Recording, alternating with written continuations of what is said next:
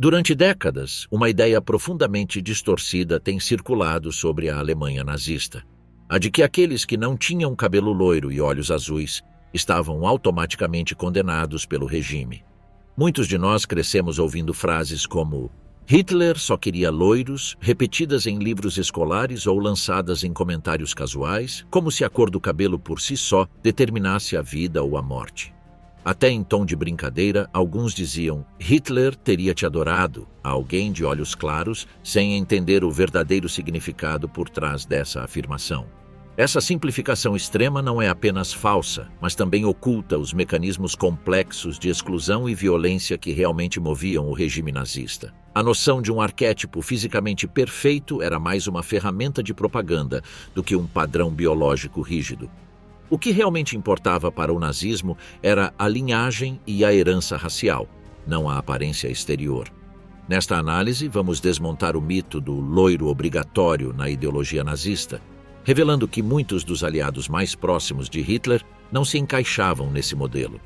Vamos explorar o que realmente significava ser considerado ariano na Alemanha nazista, como essas ideias eram aplicadas na prática, e por que o mito do cabelo loiro e olhos azuis ainda persiste na memória popular hoje. O mito ariana, desmascarando a obsessão nazista com o sangue em detrimento da aparência. Durante o regime nazista, o conceito de ariano não se baseava estritamente em traços físicos como a cor do cabelo ou dos olhos. Embora o ideal propagandístico, loiro de olhos azuis, alto e magro, fosse promovido simbolicamente na prática, o nazismo definia a identidade ariana pela linhagem genealógica, não pela aparência. Oficiais do regime mediam proporções do crânio, formas do nariz e das orelhas, mas não classificavam as pessoas pela cor dos olhos ou do cabelo. Essa era uma decisão prática. A maioria dos alemães não era loira nem de olhos azuis, e promover tais traços raros como padrão teria sido absurdo. Na verdade, Hitler admirava figuras como Otto Skorzeny e Leon Degrelle, ambos de cabelos escuros e nenhum deles alemão. Mesmo na Alemanha, pessoas com cabelo loiro e olhos azuis eram minoria e parte da campanha de propaganda aliada exagerava e zombava desse ideal ariano para ridicularizar o regime. Uma famosa charge francesa capturou isso perfeitamente. O ariano ideal deve ser tão loiro quanto Hitler, tão magro quanto Göring e tão alto quanto Goebbels. Himmler era o mais obcecado com tais traços, especialmente ao selecionar membros para a SS. Mas mesmo ali, as exceções eram comuns. Na realidade, as decisões raciais nazistas eram mais ideológicas do que científicas, focadas mais em eliminar o não-alemão, judeus, eslavos, comunistas, do que em encontrar loiros de olhos azuis. Como em muitos regimes totalitários, ideias simplistas e imprecisas se enraizaram na mente do público e o mito do loiro de olhos azuis se disseminou, mesmo que não refletisse de fato a política racial nazista.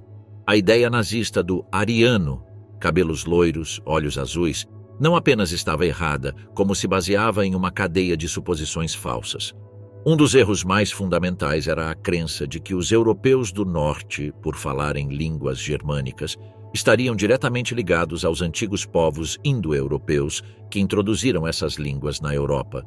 No entanto, a linguística moderna mostrou que as línguas germânicas, como o alemão, sueco ou inglês, não se originaram no norte, mas chegaram lá há apenas cerca de 2.000 a 2.500 anos, vindas da Europa Central e Oriental. Antes disso, os povos do norte falavam línguas completamente diferentes, hoje extintas, e não eram germânicos, nem do ponto de vista étnico nem linguístico. Além disso, a imagem típica do ariano ideal, alto, de pele clara, loiro e de olhos azuis, não tem ligação direta com os povos que trouxeram as línguas indo-europeias para a Europa. Na verdade, os genes responsáveis por esses traços físicos já existiam nos europeus antigos milhares de anos antes da chegada dos proto-indo-europeus. Por exemplo, indivíduos que viviam em Motala, na Suécia, há mais de 7.000 anos, já carregavam os genes para pele clara e olhos azuis. Esses traços não vieram com os chamados arianos, nem refletem qualquer tipo de superioridade racial ou cultural.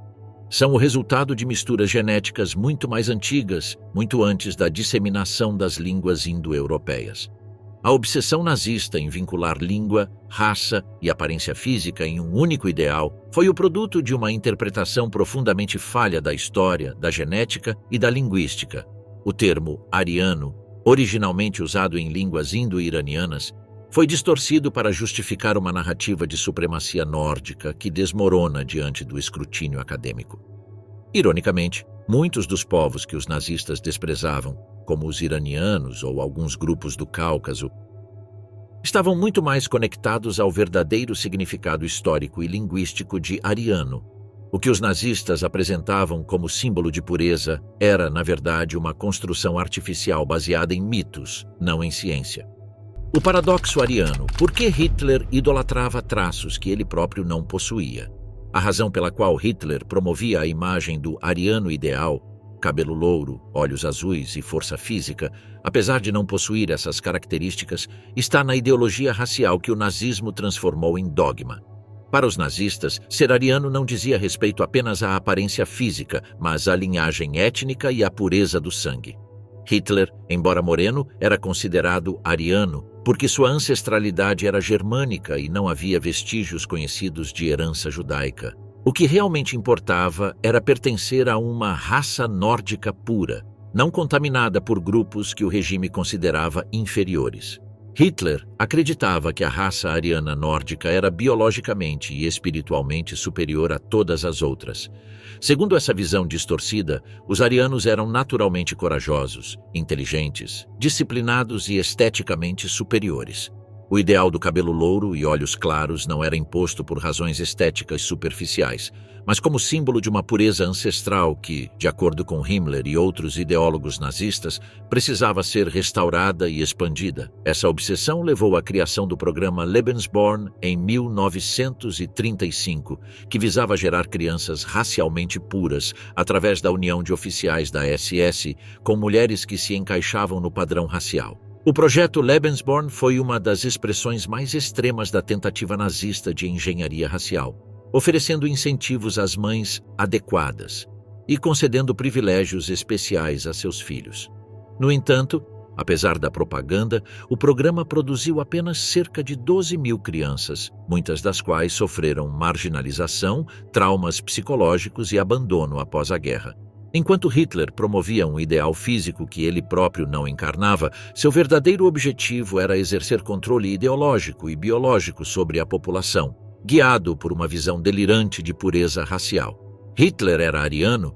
A resposta é sim, pelo menos segundo a definição usada pelos próprios nazistas. Seus olhos eram azuis, isso é um fato confirmado. E embora ele não tivesse cabelo louro, isso não o excluía da categoria. Nas teorias raciais da época, os arianos não eram definidos exclusivamente pela aparência física. Hitler considerava-se ariano porque era falante nativo do alemão e podia provar que não tinha ascendência judaica. Além disso, dentro do quadro racial nazista, o ideal nórdico do cabelo louro e olhos claros era apenas um dos ramos da chamada raça ariana. Povos alpinos, dináricos, mediterrâneos, bálticos orientais e até iranídeos também eram considerados arianos. E quanto aos rumores de um avô judeu? A chamada teoria de Frankenberger, que afirmava que sua avó teria trabalhado para uma família judia e tido um filho ilegítimo, foi amplamente desacreditada por historiadores. Não há nenhuma evidência conclusiva ligando Hitler à ascendência judaica. Seu pai, Alois, nasceu fora do casamento, mas mais tarde foi registrado com o sobrenome Hitler. Sob as leis raciais nazistas, o que realmente importava era provar uma linhagem limpa. E Hitler conseguiu fazer isso, pelo menos no papel. Em Mein Kampf, Hitler chegou a elogiar os antigos gregos e romanos como as mais altas expressões da grandeza ariana, demonstrando ainda mais que seu conceito de identidade ariana ia muito além dos estereótipos físicos simples. Na verdade, o regime nazista era cheio de contradições. Muitos de seus principais líderes, incluindo o próprio Hitler, não se encaixavam no ideal físico que promoviam. O que realmente importava não era a aparência externa, mas a linhagem e a utilidade ideológica. Assim, embora Hitler não fosse o arquétipo nórdico louro de olhos azuis que ele glorificava, dentro da própria lógica racial nazista, ele era considerado ariano. E isso bastava para que ele liderasse um regime que definia a identidade e destino de milhões, com base em um conceito profundamente distorcido de raça e pureza. A construção do mito da raça ariana, origens, mentiras e obsessão. Pouco depois de chegar ao poder em 1933, Adolf Hitler criou o primeiro Ministério da Propaganda do mundo. Ele sabia que, se quisesse ter sucesso em seus planos de criar uma nova humanidade de acordo com os princípios do Partido Nazista, primeiro precisava conquistar a alma do povo para sua causa. Oficialmente conhecido como Ministério do Reich para o Esclarecimento Público e Propaganda, seu primeiro e único ministro foi Joseph Goebbels, um aliado próximo de Hitler, astuto e inteligente. Goebbels, que vinha de uma família modesta de uma cidade industrial do oeste da Alemanha, era bastante instruído. Concluiu o exame de acesso à universidade em 1917 e, ao longo dos seus estudos, foi o melhor aluno da turma. Seus pais esperavam inicialmente que ele se tornasse padre católico, mas Goebbels acabou por estudar literatura com o auxílio de uma bolsa da Sociedade Albertus Magnus. Na Universidade de Heidelberg, Goebbels escreveu sua tese de doutorado sobre Wilhelm von Schütz, um dramaturgo romântico menor do século XIX. Após apresentar a tese e passar no exame oral, Goebbels recebeu o título de doutor em 21 de abril de 1922, com 24 anos de idade. Em 1940, já havia escrito 14 livros.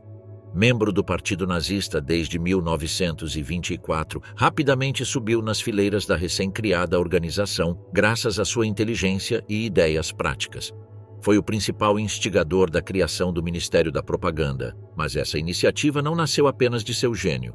A ênfase dos nazistas na organização surgiu de sua análise sobre as razões do sucesso dos bolcheviques. Em 1928, Goebbels declarou que, apesar dos nacionalistas racistas terem ideias melhores, os marxistas venceram na Revolução Russa simplesmente porque estavam melhor organizados. A organização era a chave para a eficácia da propaganda e ele queria replicar esse princípio na Alemanha. Uma sociedade totalmente comprometida com as ideias do nazismo, sem dúvida, se empenharia mais em implementá-las. Ele queria alcançar isso convencendo os chamados alemães puros de que eram melhores que o resto do mundo. Na sua forma mais simples, a propaganda nazista inicial tinha dois objetivos principais. Primeiro, convencer os alemães de que estavam destinados à glória por conta de sua genética superior. E, em segundo lugar, retratar judeus, negros, eslavos, ciganos e outras etnias como inferiores. Uma das principais áreas em que essa inferioridade era evidenciada era na aparência física dos indivíduos. Os judeus eram retratados pela imprensa do Terceiro Reich como figuras sinistras, caricaturas grotescas que pouco se assemelhavam aos judeus alemães reais que viviam no país naquela época. Em contraste, o corpo ideal alemão era magro, musculoso, branco, com cabelos loiros e olhos azuis profundos. Mais uma vez, essa representação não refletia a maioria dos chamados alemães reais que compunham a população do país. O próprio Goebbels estava muito distante do ideal nazista de um verdadeiro homem ariano com biologia superior. Na infância, Goebbels teve problemas de saúde, incluindo uma longa inflamação nos pulmões. Ele tinha um pé direito deformado que virava para dentro devido a um distúrbio congênito. Era mais grosso e mais curto que o pé esquerdo. Pouco antes de iniciar o ensino médio, foi submetido a uma cirurgia que não corrigiu o problema. Goebbels usava uma órtese de metal e um sapato especial por causa da perna mais curta e mancava ao caminhar. Foi rejeitado para o serviço militar na Primeira Guerra Mundial por causa dessa deformidade. A esmagadora maioria dos oficiais e hierarcas nazistas tinha cabelos e olhos escuros, mas mesmo assim optaram por criar e sustentar o mito de uma civilização superior composta por homens e mulheres loiros, de olhos azuis e com uma biologia privilegiada que os protegeria de muitas doenças comuns nas populações consideradas sub-humanas. Mas de onde começou esse mito histórico? Suas origens são mais obscuras e profundas do que se imagina, e se estendem aos domínios da pseudociência e do ocultismo, duas das principais crenças dos primeiros nazistas.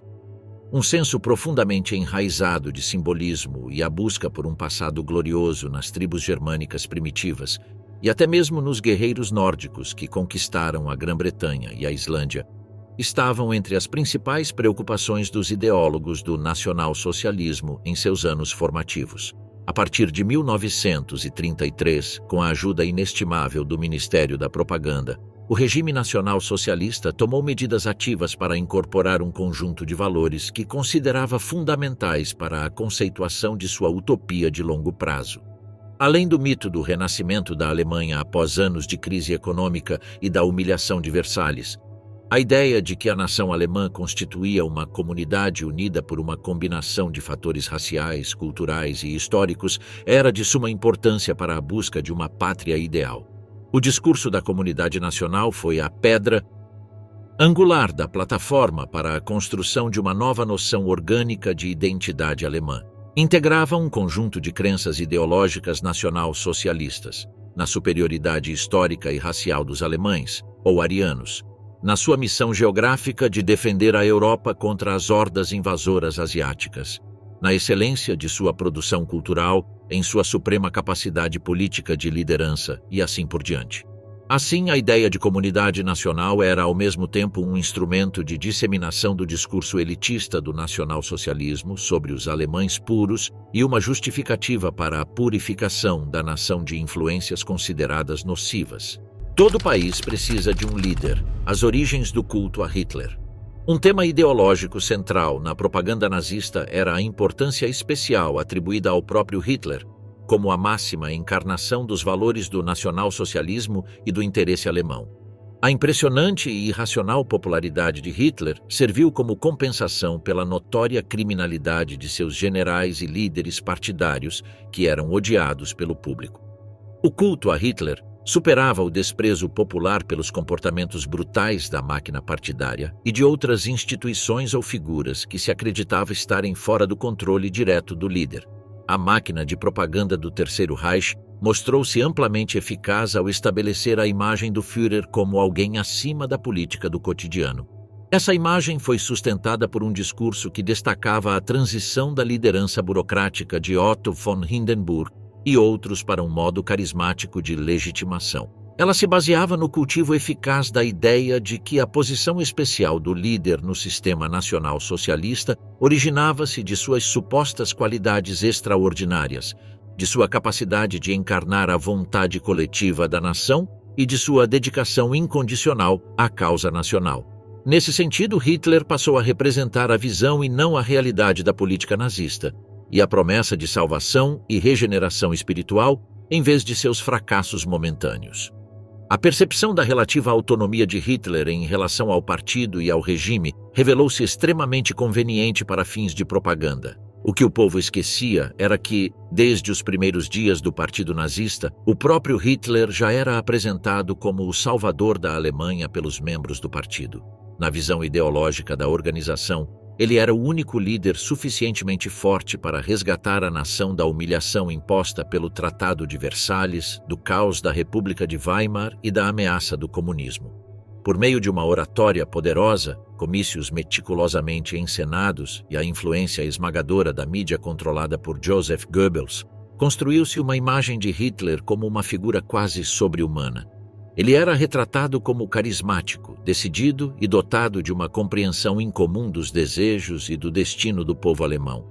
Além disso, era visto como um mártir, por ter suportado a prisão ao lutar por seus princípios. Na realidade, ele foi preso por apenas 9 meses na prisão de Landsberg, onde desfrutou de considerável liberdade e conforto, a ponto de ditar seu livro aos companheiros de cela Rudolf Hess e Emil Maurice. Um dos conceitos-chave por trás do sucesso de Hitler como fenômeno cultural era o chamado princípio do líder. Essa doutrina afirmava a autoridade absoluta do Führer em todos os níveis do partido e do Estado. A obediência a Hitler não era apenas esperada. Ela era apresentada como um imperativo moral, um ato necessário de fé no líder da nação, designado por um destino divino. Esse princípio impregnava todos os aspectos da sociedade alemã, sufocando a dissidência e criando uma estrutura hierárquica na qual a palavra de Hitler era lei. O princípio do líder implicava que Hitler era infalível, nunca cometia erros e tinha a última palavra em qualquer questão. Isso era facilitado pela propaganda incessante em torno da figura de Hitler. O apelo emocional do culto a Hitler era imenso. Em um período de dificuldades econômicas e agitação social, Hitler oferecia um senso de propósito e pertencimento. Seus discursos inflamados despertavam sentimentos nacionalistas profundos e prometiam um futuro glorioso para o povo alemão.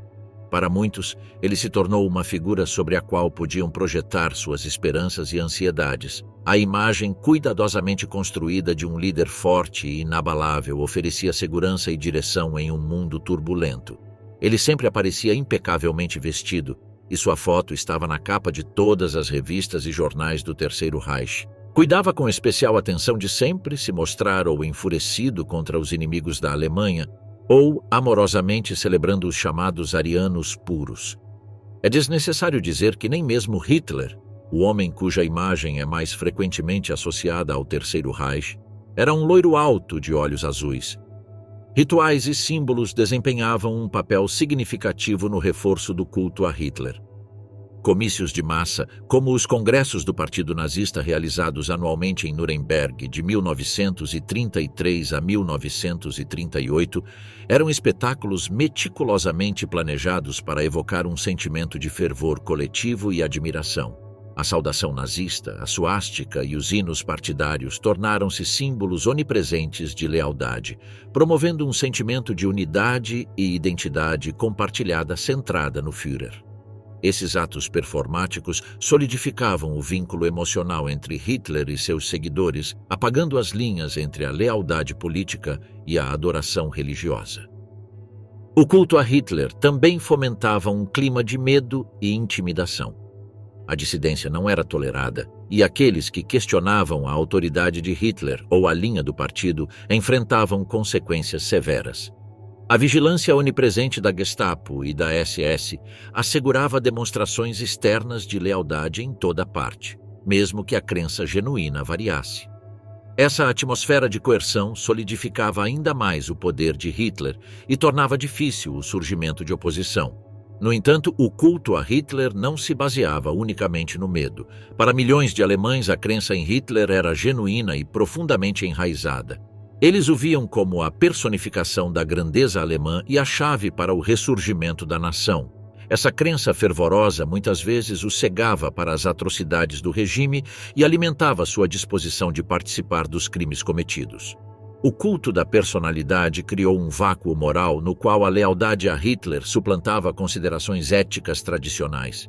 Construir um contexto de fé cega no líder foi um dos principais objetivos do Ministério da Propaganda, principalmente porque isso tornava mais fácil para as pessoas comuns aderirem às teorias irracionais dos nazistas.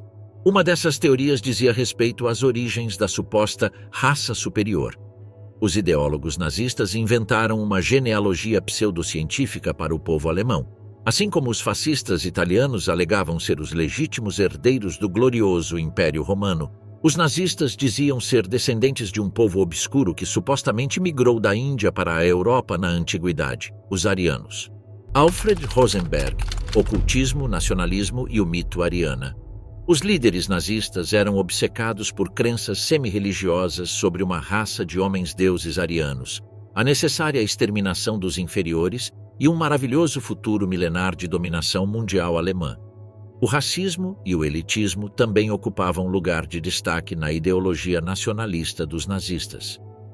As diferenças raciais entre os povos do mundo eram exploradas para afirmar que a raça alemã era superior, mas as justificativas eram incrivelmente complexas e baseadas em diversas teorias científicas da época, e algumas do passado que já haviam sido desacreditadas. Uma das principais influências foram os avanços da antropologia e da linguística, mas essas ciências foram distorcidas para se adequarem às teorias racistas dos nazistas. Na visão deles, um conjunto de qualidades morais internas estava relacionado às características externas dos tipos raciais. Enquanto os arianos e seus sucessores, os alemães, tinham olhos azuis, cabelos loiros, eram altos e bem proporcionados, também eram nobres, honestos e corajosos. A ideia darwinista da evolução através da luta também foi adotada para provar que as raças puras e superiores prevaleceriam sobre as raças mistas e inferiores. O pensamento racial facilitou a ascensão do antissemitismo. A questão do antissemitismo estava misturada com a convicção de que os judeus de alguma forma controlavam a economia e se aproveitavam das dificuldades econômicas dos alemães comuns. Ao mesmo tempo, eram culpados pelo colapso dos valores e das instituições tradicionais.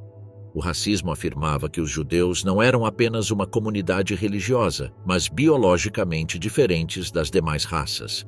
As raízes do mito ariano encontram-se na ideologia nacionalista do final do século XIX e no chamado movimento pan-germânico da Áustria. Os defensores desses movimentos tinham uma visão de um império pan-germânico, no qual as nacionalidades não germânicas e as classes mais baixas não teriam direito à emancipação nem à representação. As teorias sobre a excelência racial ariano-germânica, o antiliberalismo e a ansiedade diante das mudanças sociais e econômicas estavam entre suas maiores preocupações, mas o ocultismo também desempenhava um papel importante e era sua contribuição original. Apesar de muitos dos primeiros nazistas compartilharem um conjunto de crenças centrais, há uma pessoa que foi individualmente responsável por desenvolver o mito ariano: Alfred Rosenberg. Seu livro de 1930, O Mito do Século XX, tornou-se a obra seminal que moldou as crenças dos nazistas. Foi nesse livro que Rosenberg explicou sua teoria racial, onde sintetizou diversas ideias nacionalistas e raciais prevalentes no final do século XIX e início do século XX, em uma visão de mundo abrangente, ainda que pseudocientífica. Ele propôs uma luta constante ao longo da história entre o espírito ariano e o espírito semita-judaico, que ele culpava pela corrupção da cultura ocidental e pelos males da modernidade. Seus escritos forneceram uma justificativa aparentemente intelectual para a perseguição e eventual extermínio dos judeus, e por isso tornou-se um dos colaboradores mais próximos de Hitler. Na verdade, Rosenberg foi um dos primeiros e mais influentes mentores de Hitler, apresentando-lhe textos antissemitas fundamentais como os Protocolos dos Sábios de Sião. Seu racismo intelectualizado ofereceu uma estrutura mais sistemática para os preconceitos viscerais de Hitler, ajudando a consolidar os pilares da ideologia nazista. Ele foi editor do jornal oficial do Partido Nazista, o Völkischer Beobachter, o que lhe permitiu disseminar as ideias nazistas mesmo antes da fundação do Ministério de Goebbels. Rosenberg nasceu em 1893 no que hoje é Tallinn, na Estônia. Estudou arquitetura no Instituto Politécnico de Riga, completando seu doutorado em Moscou em 1917. Durante a ocupação alemã da Estônia em 1918, Rosenberg trabalhou como professor de desenho no ginásio Gustav Adolf e na Escola Politécnica de Tallinn. Desde jovem, desenvolveu sentimentos antissemitas e fez seu primeiro discurso sobre o marxismo judaico em 30 de novembro, logo após o início da Guerra de Independência da Estônia, em 28 de novembro de 1918. Quando o exército imperial alemão recuou, ele aproveitou a oportunidade para emigrar para a Alemanha, junto com Max Scheubner-Richter, a quem Rosenberg considerava seu mentor ideológico. Ao chegar em Munique, começou a trabalhar no jornal Völkischer Beobachter, observador nacionalista. Lá, encontrou um grande círculo de pessoas que compartilhavam seu antissemitismo e seu antibolchevismo, a maioria delas reunida em torno da figura de Adolf Hitler. Por volta dessa época, Rosenberg tornou-se um dos primeiros membros do Partido dos Trabalhadores Alemães, que mais tarde seria renomeado como Partido Nacional Socialista dos Trabalhadores Alemães, filiando-se em janeiro de 1919, 8 meses antes de Hitler se juntar ao partido em setembro. Rosenberg também esteve envolvido com círculos ideológicos mais obscuros. Supostamente, era membro da infame Sociedade Thule, uma organização dedicada ao estudo do ocultismo e do simbolismo antigo.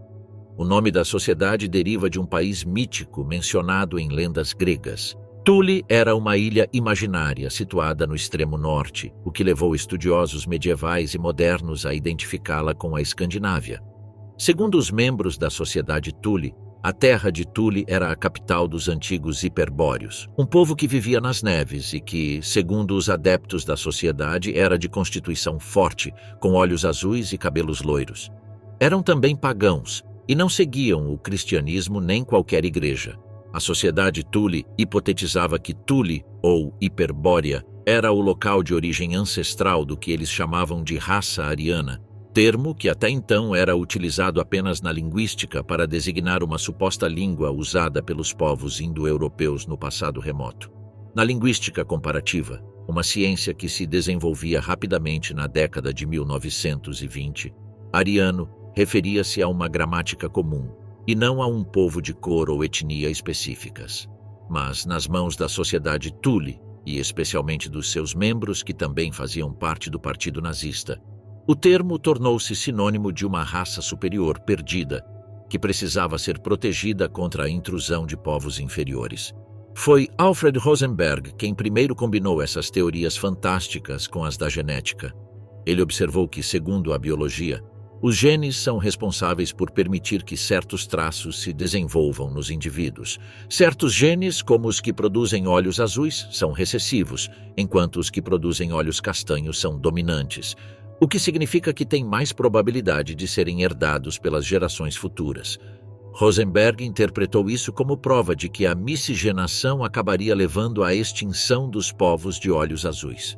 Sua teoria propunha que, quando as raças se misturavam, eram sempre as piores características que passavam para as gerações seguintes, degenerando assim a raça humana a longo prazo. Sua solução era forçar os arianos de olhos azuis a se reproduzirem apenas com outros arianos, a fim de proteger os bons genes da extinção. Quem foram os arianos? Uma mentira histórica que selou o destino de milhões. Mas quem foram exatamente os arianos? Parece que ninguém explicou a Alfred Rosenberg, ainda em idade impressionável, que a palavra ariano não se referia a uma raça, mas a uma língua. Mas isso não o impediu de desenvolver uma teoria complexa e, na maior parte, sem sentido, que ligava os antigos arianos aos alemães modernos e dava a estes últimos uma razão para reivindicar seu lugar de direito como a principal raça do mundo. Rosenberg se interessava por filosofia desde muito jovem. No início, estudou a obra de Arthur Schopenhauer, que também era muito admirado por Hitler. Também estudou Immanuel Kant, o professor de Königsberg, considerado um herói da cultura por muitos alemães do norte. Ainda jovem, Rosenberg começou a ler filosofia e literatura religiosa indianas. Neste ponto, discordava de Hitler, cujo interesse pela Índia sempre se limitou a entender como os britânicos conseguiram manter o domínio sobre o subcontinente por tanto tempo.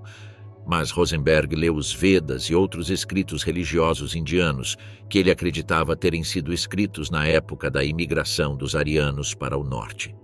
Naturalmente, ele admirava o sistema de castas, que em sua visão deveria ser aplicado à Europa a fim de proteger a tradição e a genética arianas. Em suas próprias palavras, a ruína do bom sangue significa a ruína de tudo. A teoria ariana era profética e baseava-se principalmente nos escritos de autores esotéricos do século XIX, como Helena Petrovna Blavatsky, mística e escritora russa. Em 1888, Madame Blavatsky escreveu um livro que se tornou o modelo da teoria ariana dos nazistas. Chamava-se A Doutrina Secreta, e ela o escreveu durante uma viagem a Madras, na Índia, supostamente depois de consultar várias fontes indianas antigas que Rosenberg só podia sonhar em ler. Na verdade, ela plagiou parte do livro e inventou o restante, mas isso não impediu os nazistas de o lerem como se fosse um evangelho. A doutrina secreta alegava descrever as atividades de Deus desde o início de um período de criação universal até o seu fim, um processo cíclico que continuaria indefinidamente, repetindo-se sem fim. Esse é um princípio comum da filosofia indiana, segundo a qual o tempo é cíclico e periodicamente recomeça. A história de Blavatsky relatava como o universo atual nasceu, de onde veio, que forças o controlam, como ele progride e qual é o seu significado.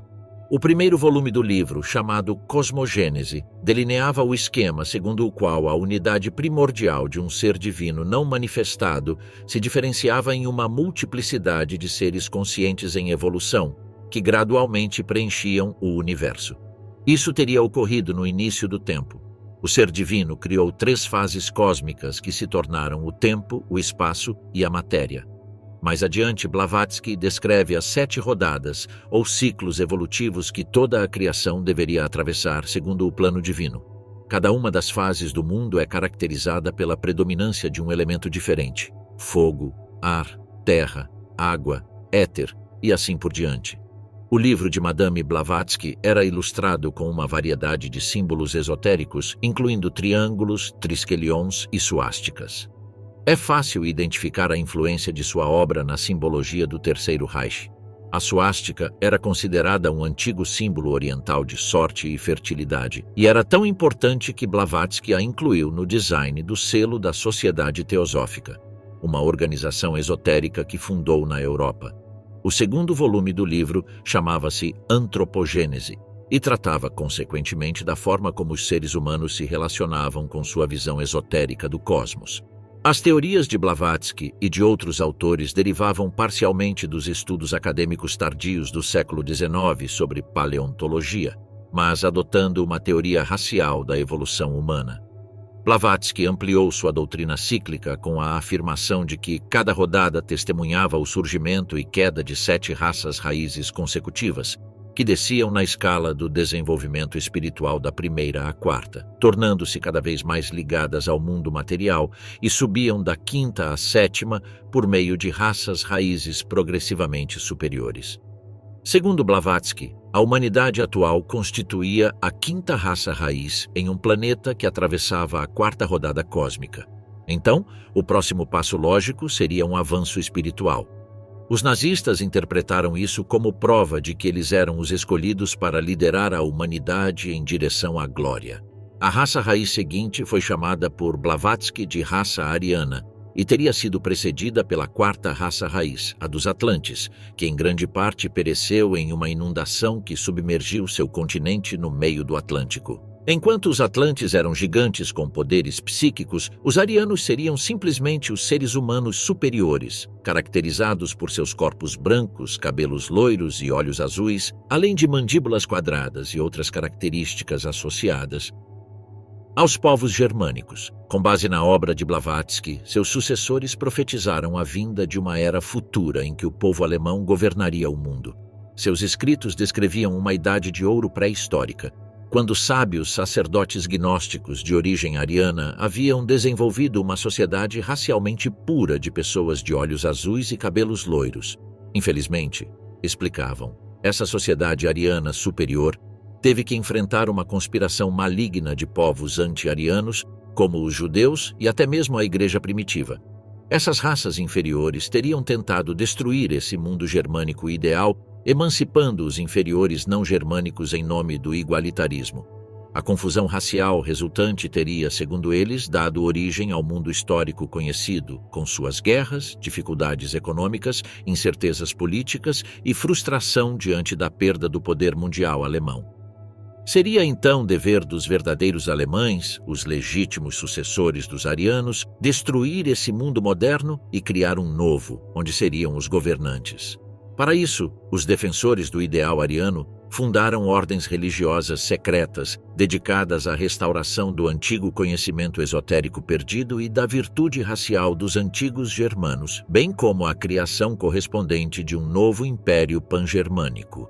A Sociedade Thule foi uma dessas ordens secretas, e a que despertou o interesse de Alfred Rosenberg e até mesmo de Adolf Hitler. Aplicando os princípios raciais, as leis raciais de Nuremberg de 1938. Como essas teorias ideológicas e esotéricas se traduziram no governo prático do Terceiro Reich? Em 1935, o diretor da Gestapo, Reinhard Heydrich, publicou um artigo intitulado Combatendo os Inimigos do Estado, afirmando que o Estado era apenas um meio para um fim. O fim seria a proteção do povo alemão, ariano. Assim, a Gestapo foi encarregada de combater os inimigos do povo. Em seu discurso, a Gestapo tornou-se então médico do Corpo Nacional Alemão, vigiando sua saúde e obrigada a combater todas as patologias e doenças com dureza. As causas dessa doença do Corpo Nacional Socialista foram rapidamente identificadas. Eram os comunistas, os maçons e as igrejas. E acima e por trás de todos eles estavam os judeus.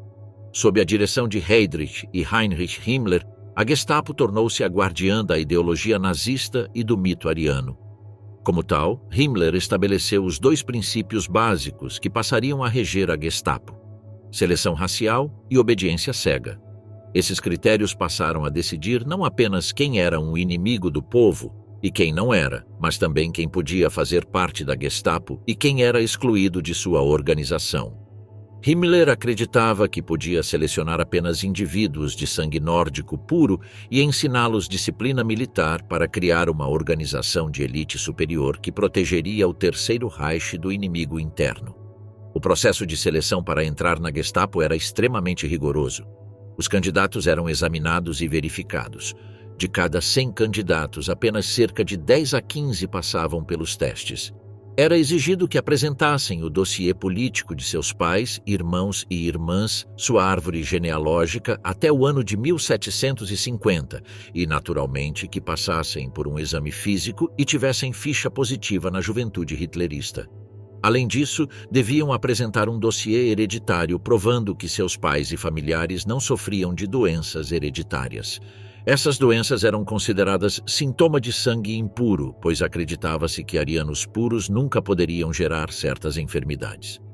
Himmler levou seu sistema ainda além da polícia secreta, com a criação do Lebensborn, a fonte da vida.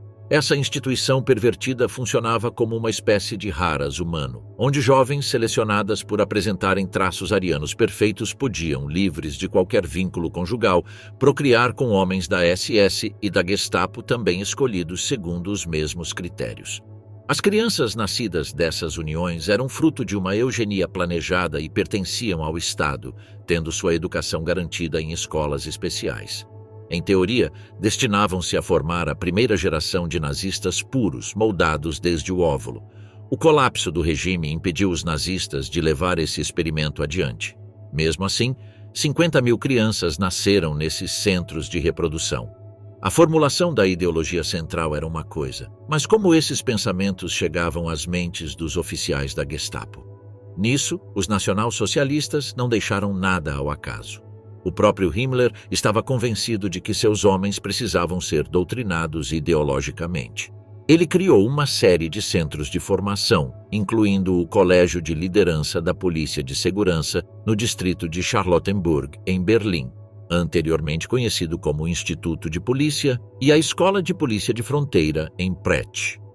A formação ideológica dos oficiais da Gestapo passou a ter ainda mais importância após o início da guerra, pois a coerência ideológica era considerada essencial na guerra de extermínio, assegurando o bom funcionamento dos destacamentos da polícia de segurança. A doutrinação antissemita era, evidentemente, a prioridade máxima. Os judeus eram o inimigo público número 1. Diversos materiais de treinamento foram elaborados e os instrutores tinham de ser capazes de conectar a teoria à prática. Para a liderança da polícia de segurança, não se tratava apenas de transmitir conhecimento. Era necessário dar exemplos vivos dessa postura ideológica. Consequentemente, a maioria dos instrutores havia participado ativamente da chamada solução final para o problema judaico. Himmler e Heydrich, os ideólogos da Gestapo, acreditavam que tão importante quanto proteger a pureza do sangue ariano era combater os inimigos do povo alemão. Esses inimigos incluíam homossexuais, comunistas e maçons, mas, acima de todos, os judeus que eram culpados por tudo de ruim que acontecia aos cidadãos alemães. Isso é confirmado pela brutalidade com que a Gestapo perseguiu os judeus da Europa. Em 1933, havia 525 mil judeus vivendo na Alemanha, sendo 144 mil em Berlim. Em 1939, restavam apenas 300 mil. Entre 1940 e 1944, 134 mil judeus alemães foram deportados para campos de trabalho escravo e extermínio na Polônia. Estima-se que o total de judeus alemães mortos no Holocausto seja de 160 mil. Os judeus alemães que sobreviveram eram, em sua maioria, casados com não-judeus ou filhos desses casamentos mistos. Ao contrário do que se acredita, a Gestapo não perseguiu particularmente os judeus nos 2 primeiros anos do Terceiro Reich. Foi somente após a promulgação das leis raciais de Nuremberg, em 1935, que passaram a ser perseguidos sistematicamente. As leis de Nuremberg permitiam a prisão de judeus por um novo crime, contaminação racial, Rassenschande. Essa lei criminalizava relações sexuais entre judeus e não-judeus. Isso facilitou a denúncia de judeus à Gestapo por violar a lei. Foi, portanto, somente após a introdução das leis de Nuremberg que a Gestapo se envolveu mais diretamente na perseguição aos judeus. Muitos escritórios da Gestapo criaram seções específicas para lidar com contaminação racial. Em Berlim, a Gestapo usava frequentemente técnicas de armadilha. Um número de garotas adolescentes e prostitutas foi recrutado pela Gestapo com o objetivo explícito de atrair judeus para situações sexuais comprometedoras. Em outros lugares, a Gestapo conduzia vigilância minuciosa sobre casais suspeitos de manterem relações ilegais. Frequentemente eram realizadas batidas em residências para flagrar os casais em ato sexual. Entre 1935 e 1940, 1.900 pessoas foram condenadas por contaminação racial. A pena média para esse crime era de 18 meses. Os condenados cumpriam pena em prisões comuns ou em trabalhos forçados. Em março de 1936, a Gestapo reclamou ao Ministério da Justiça que as sentenças aplicadas pelos juízes eram brandas demais. Heydrich exigiu que penas de trabalhos forçados fossem aplicadas com mais regularidade. Foi em 1938 que a perseguição aos judeus atingiu seu ponto mais dramático dentro da Alemanha nazista. Um decreto especial de 26 de abril de 1938 obrigou todos os judeus a registrar todos os seus bens em dinheiro e propriedades. Em junho de 1938, a polícia recebeu ordens de prender novamente qualquer judeu que tivesse cumprido pena por violar as leis de Nuremberg e transferi-lo para um campo de concentração.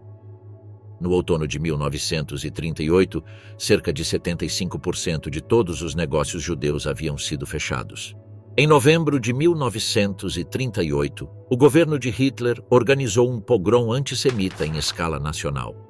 Heinrich Müller, chefe da Gestapo na época, enviou um memorando aos escritórios locais da Gestapo às 23h55 do dia 9 de novembro, relatando os atos violentos já em andamento contra os judeus.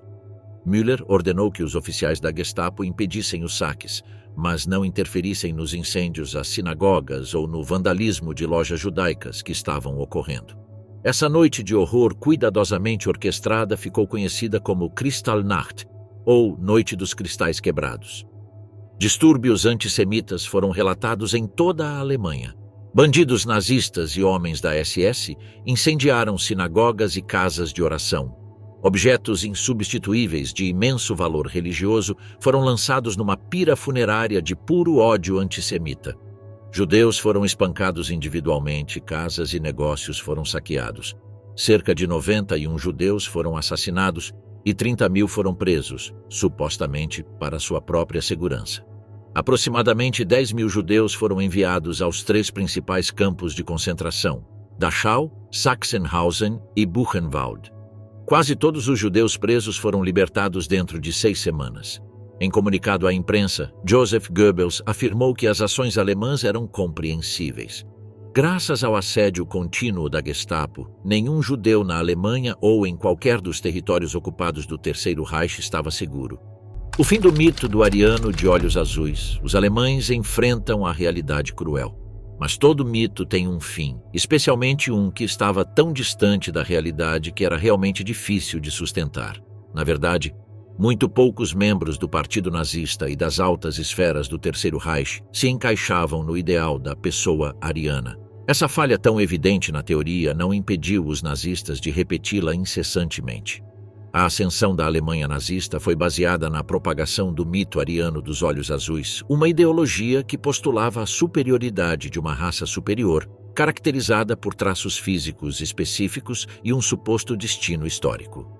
No entanto, à medida que os anos passavam, e particularmente com o desenrolar da Segunda Guerra Mundial, os cidadãos alemães se depararam com uma realidade que contrastava fortemente com esse mito.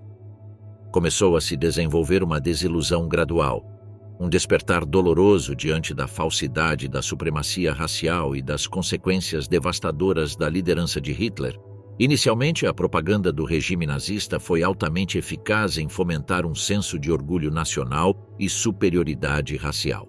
Os nazistas, especialmente através de suas instituições de propaganda, como o Völkischer Beobachter e o Ministério da Propaganda, foram eficazes na construção de um ideal de beleza ariana que permeava a arte, a cultura e a vida social, criando uma cultura total que visava unificar o povo alemão sob uma identidade comum.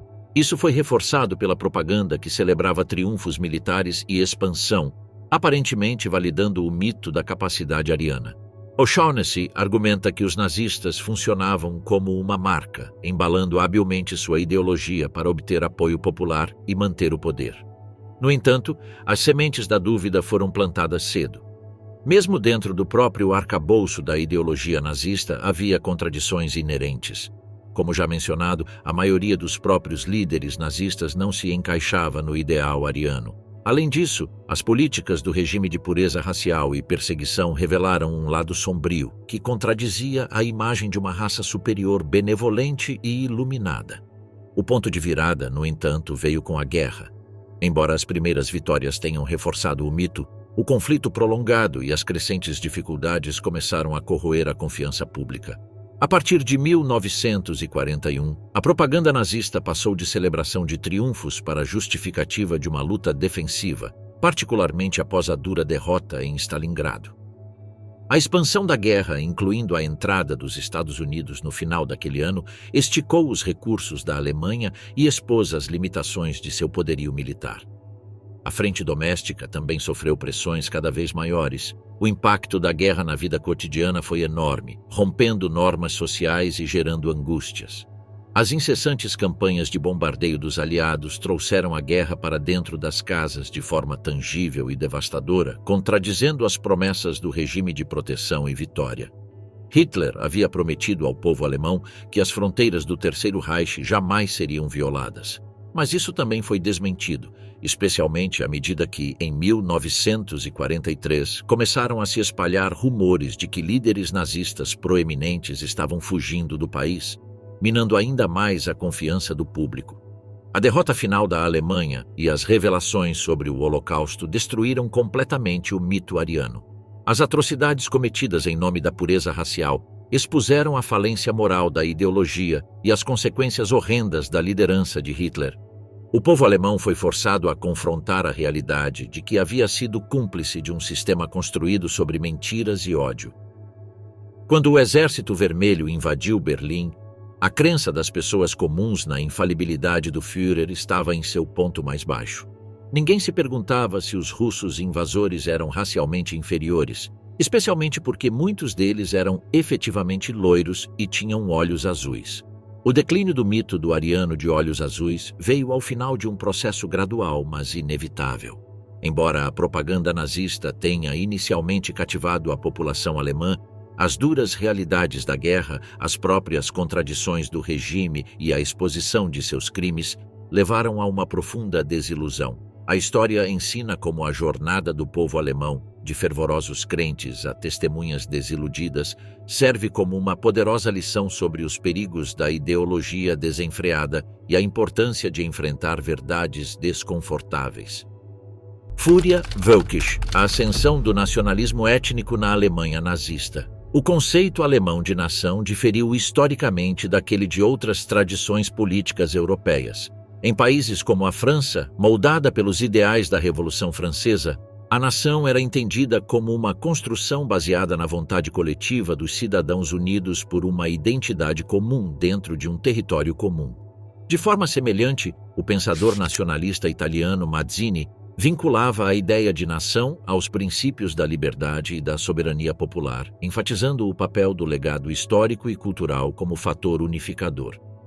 Nos Estados Unidos, o nacionalismo também emergiu a partir de uma perspectiva autodeterminada e voluntária. Em contraste, o nacionalismo alemão, especialmente sua vertente romântica, sustentava que a nação não era escolhida ou construída, mas herdada. Para pensadores como Herder e Goethe, a pertença nacional era definida por traços biológicos e culturais transmitidos através das gerações, língua, costumes e sangue. Essa visão naturalista e determinista considerava ser alemão uma condição inata e não adquirida, estabelecendo um vínculo direto entre características raciais e identidade nacional. Com o tempo, essa noção passou a se entrelaçar com teorias racistas e antissemitas, levando à crença de que a identidade alemã estava fundamentalmente ligada à chamada raça nórdica. A ideia de uma suposta superioridade germano-ariana possuía diversos precedentes pré-modernos.